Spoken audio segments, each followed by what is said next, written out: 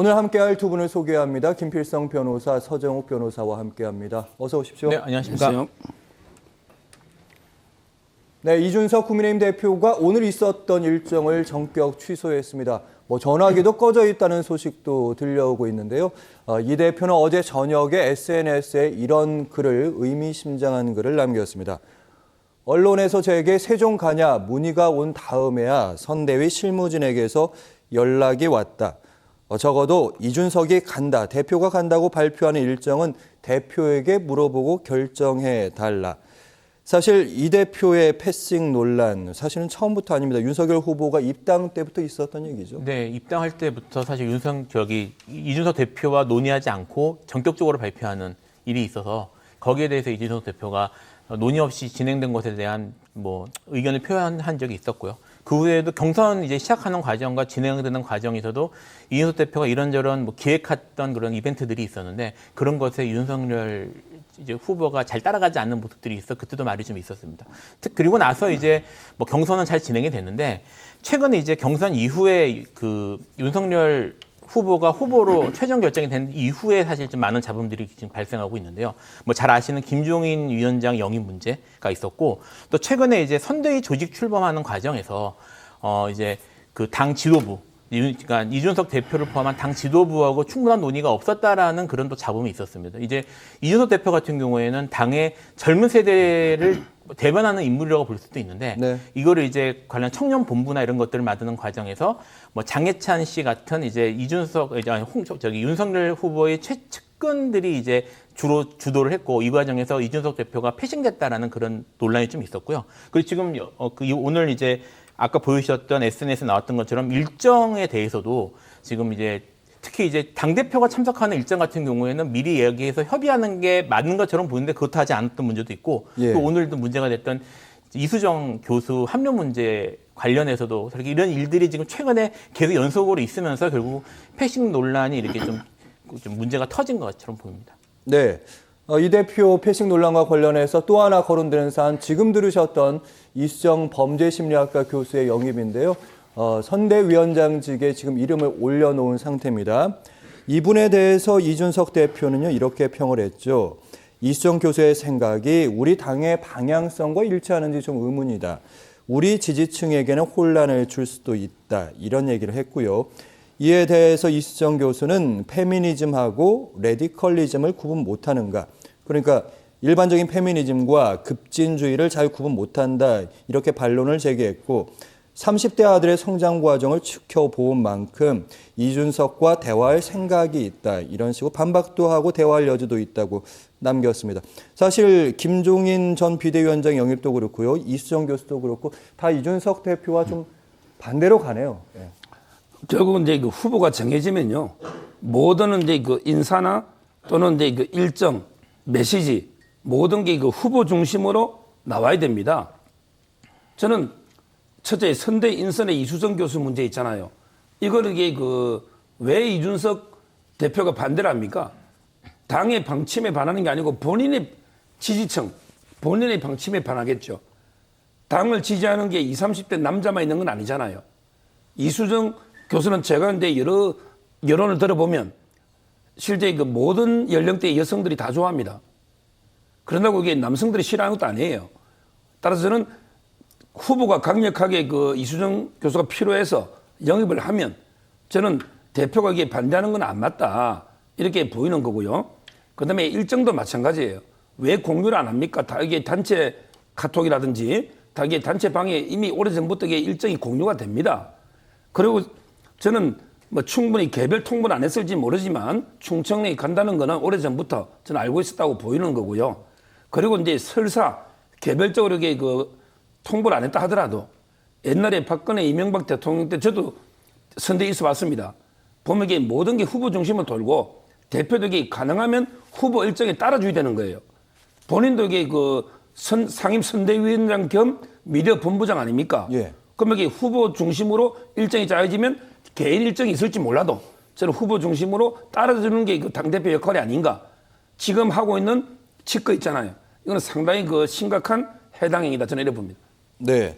일단 이수정 교수 얘기를 계속해 보면 이준석 대표와 선대위 갈등에 이 김종인 전 위원장에 이어서 이수정 교수가 또 등장하는 모양새인데 일단 이준석 대표 입장에서는 뭐 본인은 이제 이대남을 대표한다 이렇게 늘 얘기하는데 이수정 교수는 어떻게 보면 젊은 여성들이 분명히 호감을 느낄 거고 두 분의 결합, 두 분이 함께 일을 하게 되면 시너지 효과도 좀 있는 거 아닙니까? 사실 뭐 이거는 결과는 봐야 될 것 같긴 한데 제 개인적인 생각으로는 좀 오히려 좀 시너지가 날지 좀 봐야 될 것 같습니다. 일단 기본적으로 이제 말씀하신 것처럼 이수정 교수가 특히 이제 2030 특히 이제 그 이준석 대표를 지지하는 보수적인 20, 30대 남성들에게는 이미지가 매우 안 좋은 게 사실이고요. 그리고 커뮤니티 같은 곳에서는 이미 좀 반응이 나타나고 있다라는 그런 보도들도 조금씩 보이고 있습니다. 그렇다고 이제 아까 말씀하셨던 것처럼 여성 쪽에는 이미지가 매우 좋은가? 사실 그것도 약간 좀 애매하거든요. 왜냐하면 이수정 교수가 사실 이제 주로 그 여성 쪽 지지자들이 특히 이제 페미니즘에 관심 많은 사람들은 아무래도 좀 진보적인 사람들이 많은데 이수정 교수가 그동안 그 보수적인 그런 모습, 정치적인 모습들을 많이 보여왔던 것 때문에 사실 여성들 쪽에서는 크게 좀 그런 문제들에 대해서 문제의식을 좀 갖고 있는 사람들도 좀 있는 걸로 알고 있습니다. 그러니까 이게 지금 그 전통적인, 그러니까 이제 이준석 대표가 얘기하는 것처럼 전통적인 현재 지금 확실한 집토끼라고 할 수 있는 국민의힘 지지층을 동요시키면서 지금 외부에서 이제 확장성을 기대하기도 좀 어려운 사람일 수도 있는 그런 상황이거든요. 그래서 이게 좀 어떻게 먹힐지는 좀 지켜봐야 되는 게 아닌가 그런 생각이 듭니다. 네. 가장 중요한 건 이제 이 대표의 심기를 가장 불편하게 하는 건 김종인 전 비대위원장의 영입 문제인 것 같습니다. 이준석 대표는 계속해서 비슷한 말을 하고 있습니다. 김종인 전 위원장은 돈 주고도 살 수 없는 소이다. 그리고 국민의힘은 김종인 자리 없앤다면서 이제 대놓고 윤 측근들이 공작질을 하고 있다. 사실은 며칠 전에도요. 누군지 안다. 적당히 하라. 이런 얘기도 좀 하고 있습니다. 어떻게 보면 선대위 여지는 이제 짧게 갈 줄 알았는데 계속해서 불협화음이 나오고 있네요. 근데 이제 이 문제에 있어서 저는 애초에 김종인 위원장하고 윤석열 후보하고 같이 가기 어려운 부분이 좀 많지 않았나 이런 생각이 듭니다. 그러니까 이것을 뭐 단순히 사실 뭐 이게 같이 가는 것이 정치적으로 이롭냐 안 이롭냐, 그러니까 뭐 도움이 되냐 안 되냐 이런 사실 이 문제는 정치공학적 문제에 좀 가까운 것 같고요. 그 이전에 윤석열 후보하고 김종인 위원장 사이의 정치적 철학이나 관점들이 과연 일치하는가에 대해서 좀 들여다볼 필요가 있을 것 같은데요. 김종인 위원장은 잘 아시다시피 민주당 쪽에서도 최근에 이제 그 선거를 주도했던 사람이고 그 이야기는 김종인 위원장의 정책 색깔이나 방향은 민주당으로 가도 사실은 크게 이상하지 않은 사람이라는 의미죠. 그리고 그분의 일종의 그 뭐 상징 같은 게 경제민주화라는 개념인데 예. 경제민주화라는 것 자체도 사실 그 민주당 기준에서 어떻게 보면 되게 진보적이고 좀 그렇게 볼 수 있는 개혁적인 모습이라고 볼 수 있는 그런 주장일 수 있습니다. 그래서 실제로 이제 그 박근혜 이제 후보와 같이 일했을 때도 박근혜 후보 당시의 공약들이 오히려 진보 정당에 비교될 정도로 진보적인 부분도 있다는 평가들도 그때 있었거든요. 물론 이제 그 이후에 박근혜 후보가 당선된 이후에 그런 공약들이 제대로 이행이 됐는지에 대한 그런 논란들도 있었고, 뭐 그것 때문에 결국 김종인 당시 이제 도왔던 김종인과 갈라선 걸로 보이긴 하는데, 예. 같은 문제들이 지금 발생할 수 있을 것처럼 보입니다. 윤석열 후보 같은 경우에는 또 이제 지금 정치에 들어간 이후에 보이는 모습을 보면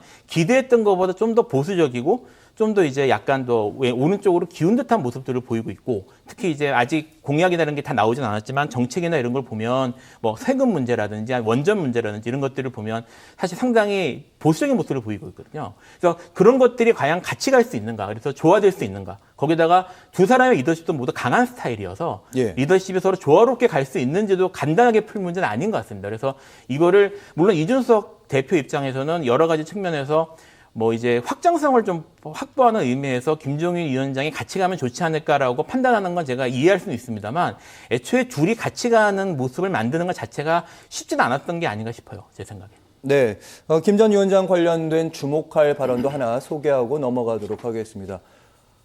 유인태 전 국회 사무총장, 민주당의 원로 의원이었죠. 김종인 전 위원장 킹메이커 사실 한 번도 해본 일이 없다. 박근혜 대통령 대선 때도 얼마 전에 그만뒀고 문재인 대통령 때는 탈당해서 오히려 안철수 후보를 당시에 지지했다. 언제 킹메이커 했다는 얘기인가. 뭐 누군가는 킹메이커, 누군가는 언론이 만든 킹메이커. 여전히 분분하네요. 제가 보기 그 김종인 위원장은요, 킹메이커가 아니고 트러블 메이커입니다.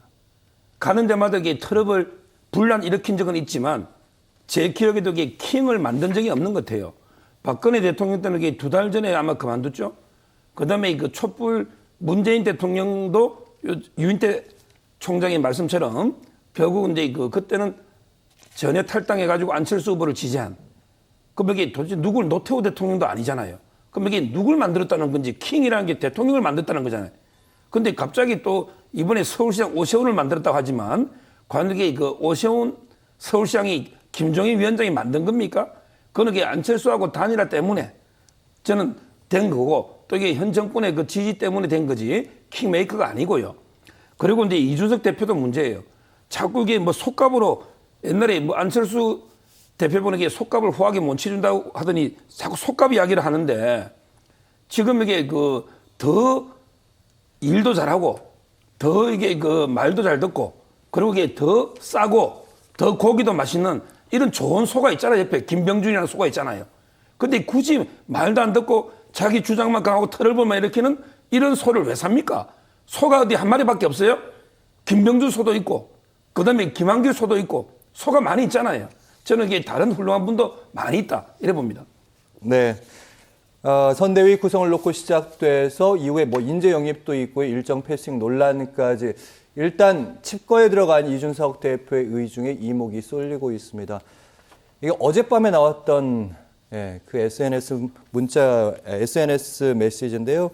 그렇다면 여기까지입니다. 참 이 말에 많은 의미가 실려 있는 것 같습니다. 그리고 웃음과 그 옆에 있는 이모티콘 이거 가지고 저 이모티콘의 의미가 저 피가 정말 무슨 말이냐 분분했었는데 해석 좀 해주시죠. 피는 이제 그 엄지손가락을 거꾸로 세운 거니까 외국에서는 이게 뭐 경고하거나 이럴 때 이제 쓰는 용어라고 하는데요. 저는 과연 이게 이런 엄청난 이게 그 메시지 아닙니까? 본인에게 그 옛날에 방송 그 평론가 할 때 그때하고 이게 당대표의 지위는 하늘과 땅 차이입니다. 당대표의 그 글 하나는 게 그 메시지 하나가 얼마나 이게 무게감이 있습니까? 근데 이걸 이제 초선 의원들 5명하고 만찬하면서 폭탄주를 이렇게 근하게 돌리다더라고요. 그러고 그 와중에 8시쯤에 이게 올린 글이에요. 저는 물론 이게 뭐 술 취해서 술김에 올렸다고는 안 보지만 그렇지만 이게 너무 적극적인 이런 게 그 행동이 아닌가. 이 엄청난 메시지를 이런 게 만찬 자리에서 저는 이게 도중에 올린다는 거는 도저히 납득이 안 되고요. 그리고 이제 그 앞으로 이게 전망인데 뭐 저도 이게 몇 군데 좀 물어보고 하니까 당대표를 사퇴할 가능성은 제로. 중대 결심은 아니다. 예, 당대표는 사퇴할 가능성은 제로고 그다음에 그 선대위의 직책이 있잖아요. 네. 요거는 이제 그 사퇴할 가능성이 50%라더라고. 제가 취재한 몇 군데는. 따라서 아마 본인이 이게 어렵게 당대표가 됐는데 그까지 사퇴하면 본인은 고립무원 아무것도 아니잖아요. 백의종군 그건 말이 안 되니까 당대표직을 유지하면서 다만 이제 그 선대위는 이런 식으로 나를 패싱시키면 상임선대위원장 또는 직능본부장 있잖아요. 이 부분은 사퇴를 이게 좀 고민하고 있는 게 아니겠 이래 보입니다. 네, 어떻게 보면 나에 대한 속값을 좀 더 제대로 쳐달라 뭐 이렇게 해석할 수 있는 부분도 있는 것 같은데 일단 갈등으로 불거져서 언론에 오르내리는 것이 일단 윤석열 후보 측에는 전혀 도움이 될 리가 없습니다. 이 대표의 마음을 좀 돌리기 위해서 뭔가 노력을 하지 않을까 이런 생각도 했었는데 그렇지만은 않은 것 같습니다. 기자의 질문이죠. 선대위 구성으로 내용을 겪었는데 요즘은 다 내용으로 보더라고요. 어떻게 극복하시겠습니까? 윤석열 후보에게 질문을 했더니 열심히 해야 한다. 원론적인 얘기고요. 그렇다면 대표 패싱 논란은 어떻게 된 거냐? 충청권까지 내려와서 정책이 별로 언급하고 싶지 않다. 정책이 별로, 이준석 대표 별로 언급하고 싶지 않다. 이렇게 해석할 수 있는 발언인데 달래기보다는 약간 매몰차게 등을 돌린다는 느낌입니다. 뭐 사실 이제 왜 저런지에 대한 여러 분석들이나 이런 게 나올 수 있을 것 같은데 제가 보기에 제 생각, 개인적인 생각이랑은 전제로 말씀을 드리면 결국 리더십의 충돌이 아닌가 싶습니다. 그러니까 이제 윤석열 후보의 그러니까 이제까지 보여준 리더십을 보면 뭐 이제 또 검사 출신, 검사 상명하복이 여전히 작동하는 또 권위적인 검찰 출신 중에서도 사실 이제 특수부 검사로서 되게 강한 모습을 많이 보여왔던 그런 인물이고, 그리고 실제로 이제 정계에 진출한 이후에도 이제 그런 강한 모습, 자기의 의지나 이런 것들을 전체를 휘어잡고 자기 조직을 잡고 가려고 하는 그런 모습들을 많이 보였거든요. 근데 이제 일단 또 지금 대통령 후보로 정식 선출이 됐기 때문에 원래 국민의힘 특히 국민의힘 쪽에 그 분위기나 이런 것들은 당 대표 그러니까 그 대선 후보가 결정이 되면 대선 후보에게 전권을 기본적으로는 이렇게 인정해주고 따라가는 그런 원래 문화가 좀 있다고 제가 들었어요. 예. 물론 그건 이제 뭐 민주당도 마찬가지긴 하지만 민주당보다 그 게 좀 더 강하다라는 얘기는 들었는데 아마 윤석열 후보 입장에서는 이제 자기가 공식적으로 그 국민의힘 후보가 된 입장에서 그런 리더십이나 이런 걸 강하게 쥐고 가야 되는 입장이라고 생각하는 것 같고 반면에 이제 이준석 대표는 어쩌면 자기가 당 대표로서 자기의 역할이나 아니면 자기의 뭐 또 말하면 또 지분이라고 할 수 있을 그런 것들이 좀 있어야 된다고 생각하는 것 같습니다. 근데 그런 것들에 대해서 윤석열 후보가 당을 장악하고 가는 것에 대해서 자기 목소리나 자기 의사를 반영시키고 싶어 하는 모습을 보이는 것 이런 것들이 서로 충돌하기 때문에 발생하는 문제인 것처럼 보이는데 사실 이렇게 계속 가면 양쪽 다 이렇게 이득될 건 없을 것 같아요. 그러니까 뭐 예를 들면 지금 결국은 이게 아까 말한 것처럼 내용으로 비치기 때문에 윤석열 후보 입장에서는 이것이 뭐 지지율이나 이런 것들에 안 좋은 영향을 줄 가능성이 충분히 있거든요. 그럼에도 불구하고 윤석열 후보가 이런 모습을 계속 유지하는 걸 보면 자기가 강하게 현재 지금 당을 장악하고 선거를 밀고 나가야겠다는 생각을 하는 것처럼 보입니다. 그래서 지금 이런 모습을 보이는 게 아닌가 싶습니다. 네, 어떻게 보면 이제 뒷감당까지 할 자신이 있다 이런 말인 것 같은데 주제를 좀 바꿔서 이 얘기를 계속해서 나눠보겠습니다.